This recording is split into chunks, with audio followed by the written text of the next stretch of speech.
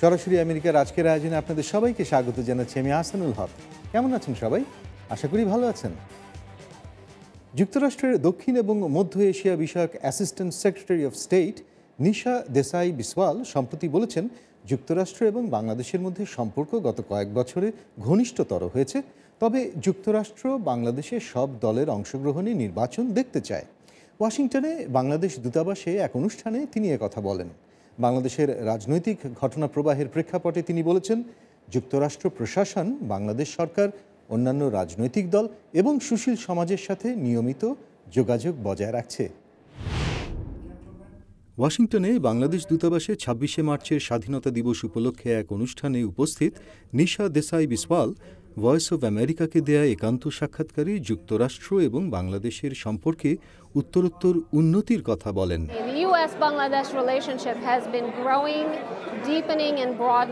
তিনি বলছেন, গত কয়েক বছরে যুক্তরাষ্ট্র এবং বাংলাদেশের সম্পর্ক ঘনিষ্ঠতর এবং ব্যাপকতর হচ্ছে। But we also have a security dialogue. We're now engaged in a TIFA to look at the trade relationship.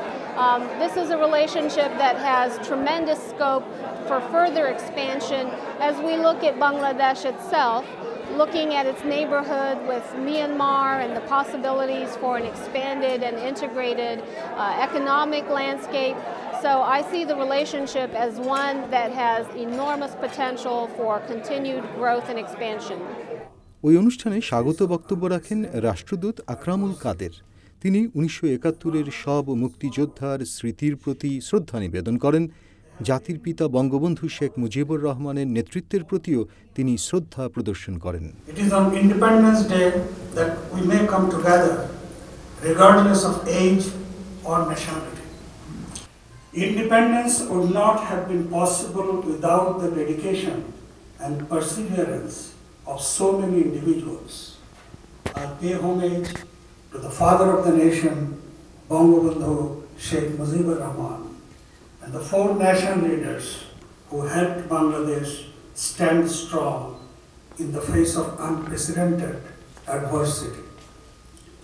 To the valiant freedom fighters and war heroes, both fallen and wounded, who risked their lives to fight against tyranny and oppression, the debt Bangladesh owes to you is beyond comprehension, and we are forever grateful.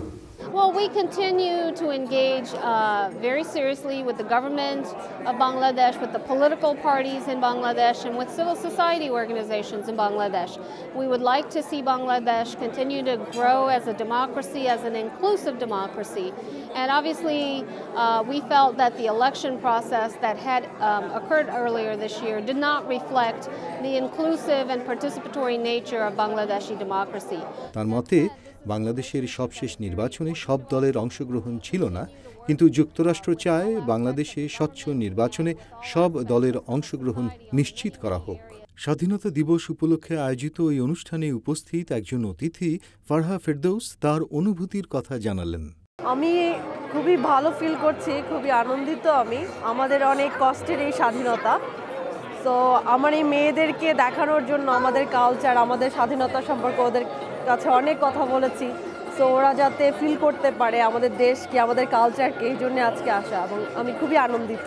But because this is an occasion to celebrate, to mingle, I want to leave you with one of my favorite quotes, which was said by the late Senator Edward Kennedy.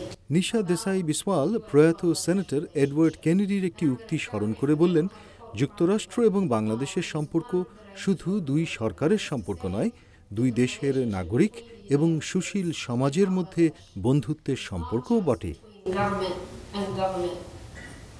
It is citizen to citizen. It is civil society to civil society. It is friend to friend. And that really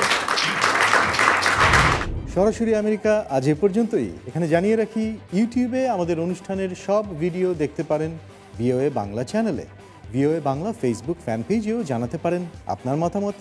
আগামী সপ্তাহে একই দিন একই সময়ে ATN বাংলায় আমাদের অনুষ্ঠান দেখার আমন্ত্রণ জানিয়ে আজকের মতো বিদায় চাইছি। আমি আহসানুল হক, ভয়েস অব আমেরিকা।